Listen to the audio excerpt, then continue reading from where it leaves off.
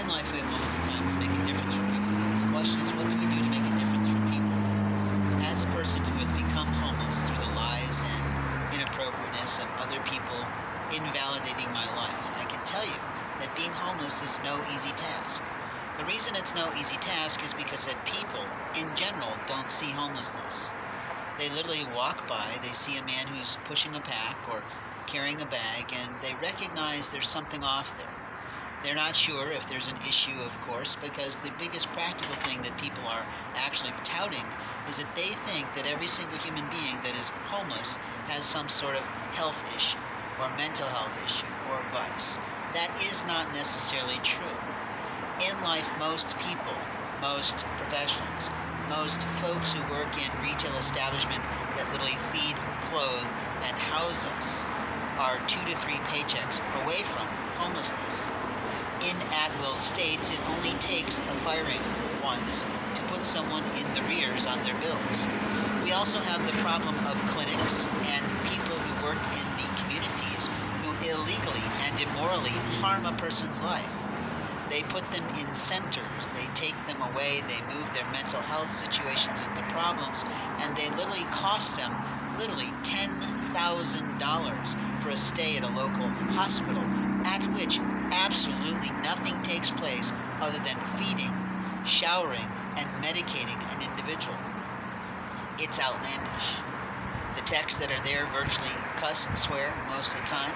They carry on, they watch television, which is nice for someone who needs to relax and let go of stress and anxiety, but in truth, there's no educational programming saying, hey, let's get back to living, let's get back to putting life back to the fullest. And I'm sure it depends on the ward that you're put in, but openly, it's a costly situation.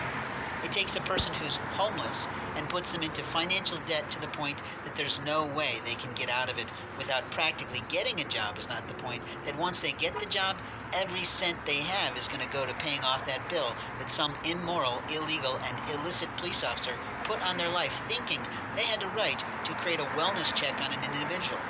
It's not their lawful right to do that. And even if I say that, I'm sure some monster in the Nazi force will try to monkey with my life again. But here's what I'm saying. I'm taking a stand for homeless people. Homeless people do not remain homeless because of their own choices. Homeless people remain homeless because people don't see them. Do you know how many places I've been that allegedly help homeless and not one pastor said, I'd just like to know if you had a chance to eat today? I've literally had security officers that are really ex-police officers or ex-military who are allegedly on the campus to somehow protect the church from what, I'm not sure what, because the church belongs to God. It doesn't belong to those people in that place. And if the Lord chooses to have someone go in and gun them up, that's on the Lord's plan, not the security officer's right to do things like that. I've literally been at churches where they tell me lovingly they'll be more than happy to help me, and they pass me from one person to the next, and the gossip already goes through their entire network to the point that I am literally put upon by someone saying, now, have we done everything for you today? Because we're going to put you out the door. And I'm sitting there thinking, it is literally pouring rain. I have not eaten for the day. And in the 2 hours I've been here waiting to talk to your various representatives, not one of you thought to ask me if I've eaten. And even if you did, you tried to feed me some sort of leftover cookies of some kind. That is not a wholesome meal. Your church is too lazy to produce the appropriate kind of pantry for helping people who walk in off the street. It's not hard. It costs less than $10 to have a small little food pantry of hot dogs and canned pastas, things that someone can eat without a stove, and small bags of cookies or actually healthy snacks such as fruit bars and other things that can be held until the point that they're almost expired. If they don't get utilized, then they can be contributed to an event that their church or their organization hosts. You see, in life, it's not homeless people that are failing themselves. It's people in general who are failing homeless people. They don't take us seriously. They literally look down at us. I've had men in Starbucks going, hey bud, and I like to turn around and smack them because I'm old enough to be their father. The reality is that in life we have to have Wi-Fi if we don't have money for a telephone line, and that is something that is offered by free and for free in most companies. What foolishness they project if they feel that a person must buy that very moment to utilize their Wi-Fi. The truth is they might have had a customer for life up until the point of homelessness, and now they're going to reject them because they don't have money in their pocket, or they're going to create the marketing campaign that we will love people back to health by allowing them here as long as they are not soliciting other people for money per se. You see, there are kind people in the world, like this loving woman who I've met twice on God's path, who has fed me twice through generosity, excuse me, of providing me a gift card. Now, the last gift card she gave me, I was overwhelmed with because I almost never go to that facility, and if she had just produced for me a $4 meal, that would have been loving enough for me. But she gave me almost a $50 gift card out of her pocket or her church pocket, I don't know, and I'd love to give it back to her because I'm not anywhere near that facility. It's a one-off place. And she could have used it to love on someone else. But I'm carrying it in my pocket, hoping to see her again, to return it to her. You see, homeless people don't need gift cards to esoteric places. They need someone to say, hey, would you like to have a meal with me? And let's just get to know each other. They don't have to be fed all the time is not true, that you can literally feed someone on about $3 a day for a meal. If you're loving and kind enough to say, you know, I've got a $5 bill in my pocket for those extra special occasions. It's not enough money to buy any sort of alcohol, I don't know, because I don't have that vice. But the truth is we cannot control what someone else is going to choose to do with the money we lovingly gave them. When I was literally in the Arts and Design District of downtown Indianapolis, I'll call it that because I don't know exactly what it's called. Maybe it's called Mass Avenue. A black man came up to me who was homeless and asked me if I had any money. In my pocket at the time, I believe I had $4. I gave him $1 because the Lord said, give him $1. And so I did. In other cases, I've said no because the inkling in my mind was it's not right to provide this money to that individual for whatever reason, because it was either a sham or it was a play by police trying to monkey me over, or it was something else. But the truth is that in life, I am not going to come into your life and manhandle you into thousands of dollars of debt. And for God's sake, you should not be doing that to someone else. We literally have judges in the land who think they're doing something. Someone goes in for some sort of misdemeanor and they get put into some sort of mental health treatment forced upon them by a judge who sits there behind the stand and insists that they know the mind of that client in a matter of seconds. It's almost laughable. I almost laughed through the process of being berated by a female judge who thought she was going to tell me what I had been doing for the last few weeks. It's outlandish. It's offensive. It's beyond belittling to someone of an intelligent method who is trying their darndest to find a place to work, to find a place to get online, to get a job, and to work through the ridiculous 20 to 30-something recruiters who don't know literally anything about a man's life, what history he's had, how much work he's accomplished, how much he's able to do, and how much cybercrime has literally destroyed every little intellectual property thing that he's had because some law enforcement officer thought he'd just decide to ruin a life so that he could say this man didn't pass in his life. No, it's a vile act of hatred. And we need to work on hate crimes in the land. That people actively hate people who are homeless because of their own fear of becoming homeless. Most people that I talk to who serve us in the way that we need our lives to be served in terms of food handlers, hair cutters, restaurateurs, folks who clean up after us in the world don't make enough money. It's not just teachers who need a $13,000 raise, Kamala Harris. It's the entire global population of our country that needs a raise of minimum wage. We need to have a graduated minimum wage that for 15 to 16-year-olds, they can afford to work at the lowest levels. But for people in their 20s and 30s who are still working retail, they need to have a higher living wage, at least $15 an hour. At $15 an hour, they might be able to afford an apartment, granted not in the best part of town. And really intelligent, amazing, beautiful companies are doing something called lateral compensation. And in lateral compensation in their organizations, every single person from the CEO down to the janitor practically makes the same salary. They all then benefit in a profit-sharing sort of way from the company. Everybody drives a reliable transportation, so they get to work on time. Everybody cares about the vehicle that they're in is absolute truth. But everybody cares about the company they work in is what's produced from that sort of thing. Now forgive me for sort of looking off, but I'm sort of moving my life into the fact that I am doing spontaneous, authentic reporting. And if you want to help homelessness, the next time you see a homeless person, simply say, I don't know what's going on for your life. But if you're homeless, I'd simply like to know and care about you enough to know, have you had a meal for today? I literally have sat in front of people talking about homelessness, an entire group of men at a church, and not one of them thought to invite me for a meal, to break bread with me like Jesus would. It's outlandish. You go into these churches with literally 4,000 to 6,000 people, and not one pastor on staff thinks I should send one of our runners off to pick up some canned goods so that this individual can eat and eat feeling safe about eating. A lot of people try to walk up and give you their leftovers. As I've joked before, a lot of people up in Noblesville want to buy you a pizza. Well, that's great, but if the person's gluten intolerant, they can't eat it. If they've already just eaten lunch, it's a waste of money and time. What would be better if you do is just give them a gift card. But give them a gift card to a place they can get a healthy meal. A decent, healthy meal. Something for $5 or better. You can produce a healthy meal for almost $6. And that's the truth. You can go to KFC, you can go to McDonald's sometimes, you can go to other types of places like Captain D's. But if you're really trying to love on someone, then give up the $10. And I promise you the Lord will bless you.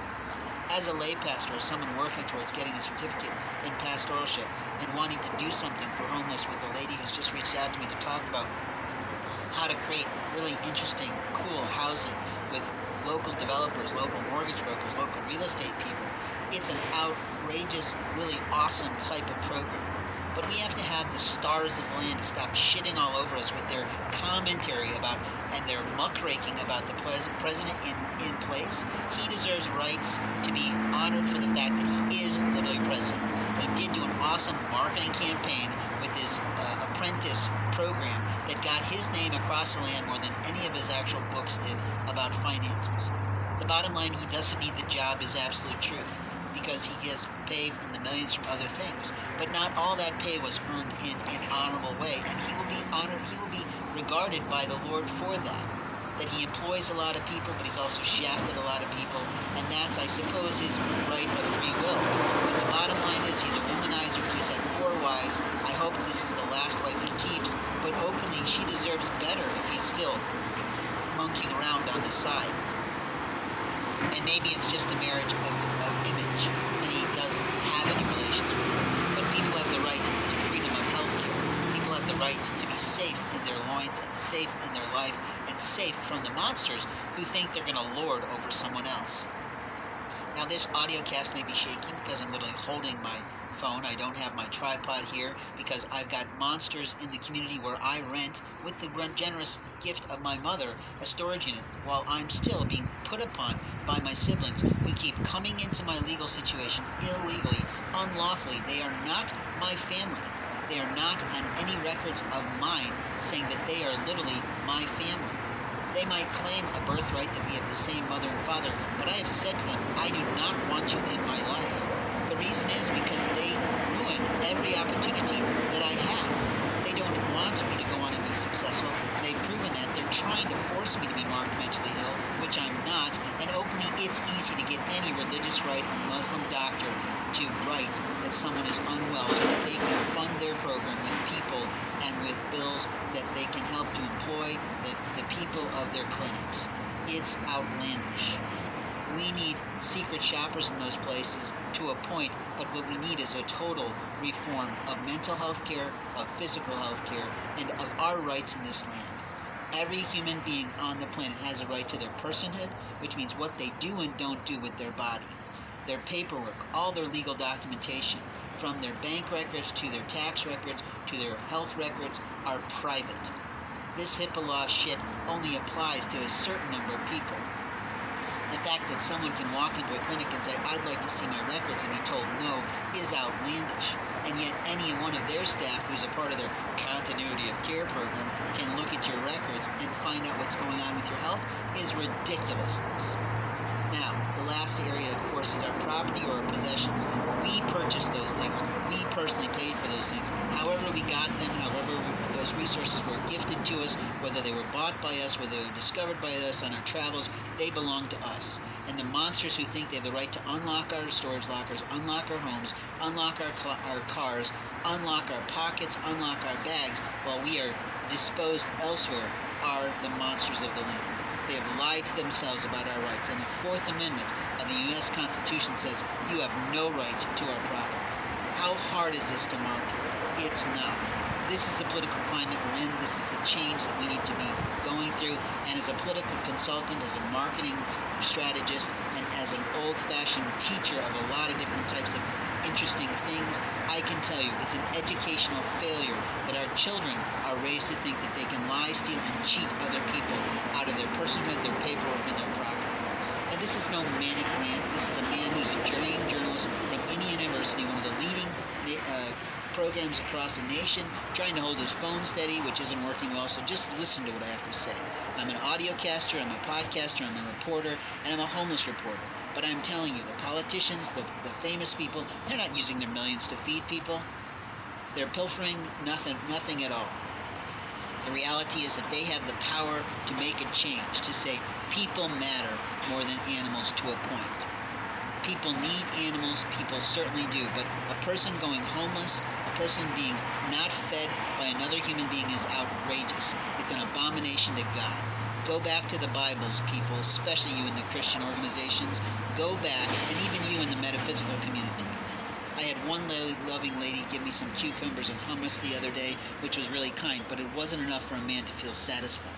And she didn't even think about going out and spending $3 to feed someone who just gave her about $300 to $500 worth of marketing consulting. That was outrageous. All the while, she was trying to pretend to be as good as I am with my inspirational faith fobs that I create. Not even possible. She was moving her hand. It was ridiculous. I felt like I was in a play of high school or junior high with a 13-year-old at some points, because she was like, well, I use this too. So what? I'm a master. You are not. It's that simple. You have to be willing to let people be the greatest they are in the skill sets they have. And I thankfully had a loving lady yesterday who gave me a buzz cut, which I love, and I'm glad for. And I hopefully gave her some free advice so that she'll feel that the $8 cut she gave up for my life is worth it. I also gave her an $80 product to say, hey, your skin needs some help because you're a smoker and you're not tending to your face. But I didn't say it like that, of course, because that would be impolite. But online I can say anything I like because it's doubtful she's even discovered where I am online because I use a different name. Every human being has the right to safety of their physical being without some asshole thinking they have the right to physically put their hands on their body, shave their legs, put their hands immorally in their pockets, steal items from their pockets that they own, and that is the problem in the land. It's an educational failure from day one in kindergarten, where we don't teach the Constitution in age-appropriate ways. That people have rights to their safety of their body first and foremost. That no other child has the right to put their hands on them without permission. They need to say, may I hold your hand? May I give you a hug? The people who say, can I give you a hug, or they try to presume you need a hug, is the people that need the hugs. And people need to be willing to say, hear the answer, no, because people have boundaries. But with regard to their papers and their homework, that belongs to the child. And all we have to do is keep teaching those three things every single year in a different, unique way, with video, with film, with movies like J-Lo's and others that help people to get what violence is, what stalking is, what psychopathic behavior is. And the truth is we've got too many of those in places of power that harm people's lives. Now, this has been Blake Ensign of the Magic and Mayhem audiocast series. I'm not doing my marketing minutes right now because I've not met any new authors to interview. I'm also not in studio. As you can see, I am living homeless, and this morning I've not had a meal because yesterday my time was wasted. Not really, but I gave a lot of loving advice to people who didn't even bother to think that maybe, just maybe, they could comp me $5 so that I could buy a meal. You see, that's the problem in homelessness, is that people don't recognize how easy it is to feed a person. And the first question out of your mouth is not, where do you sleep? That's not your business. The question out of your mouth is, have you had a healthy meal today? Would you like to go and have a meal with me today? You have to build relationships to change the homeless problem. You have to find out what people wanted to be as a child when they were growing up, before all hell broke loose in their life, before they got involved with the wrong things, the wrong people, the wrong situations, the wrong amphetamines, the wrong whatever illicit thing that got them to where they are today. We have to take people back to that childlike core of physical safety, of emotional safety, of psychological safety, so they can tell you the truth of what they're really longing to do, and then you, with that network in front of you, say, okay, I know these people in that industry, let's see if we can find you a job. but it's up to you to keep it. And if you fail to keep it, that's on you. But the monsters who try and ruin our rights to jobs and employments and people and relationships, those folks need to be locked away. Thanks for listening.